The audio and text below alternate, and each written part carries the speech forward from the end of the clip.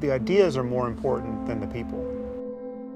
Most people think that the problems in the world are created by bad people doing bad things. As far as I can tell, there are very few people who are actually bad. There's certainly very few people who are consciously doing bad things because they think they're bad and they just take pleasure in being bad.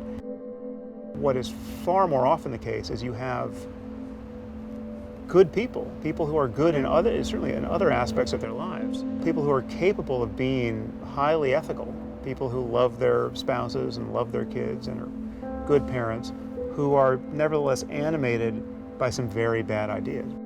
There's this amazing book that was discovered of photographs of people who worked at Auschwitz. On their off days, there was this weekend house that was, just within view, essentially, of the plume of smoke coming out of the crematoria, where they would lie in the sun and eat blueberries and dance around on the lawn. So there's these photos of young men and women enjoying themselves, picnicking and just laughing together.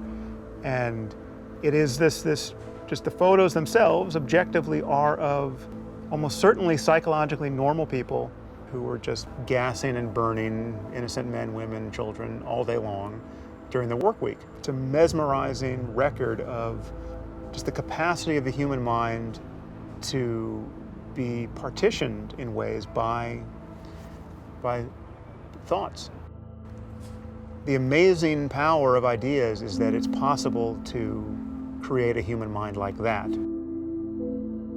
Many people look at what happened in the Holocaust and think, or any event like that, and they think, well, what you had there was an inordinate number of crazy, evil people doing what crazy, evil people would always do. That, by and large, that's not the problem we have. The problem is that certain ideas are so divisive and so captivating that they reliably produce this kind of behavior, even in psychologically normal people.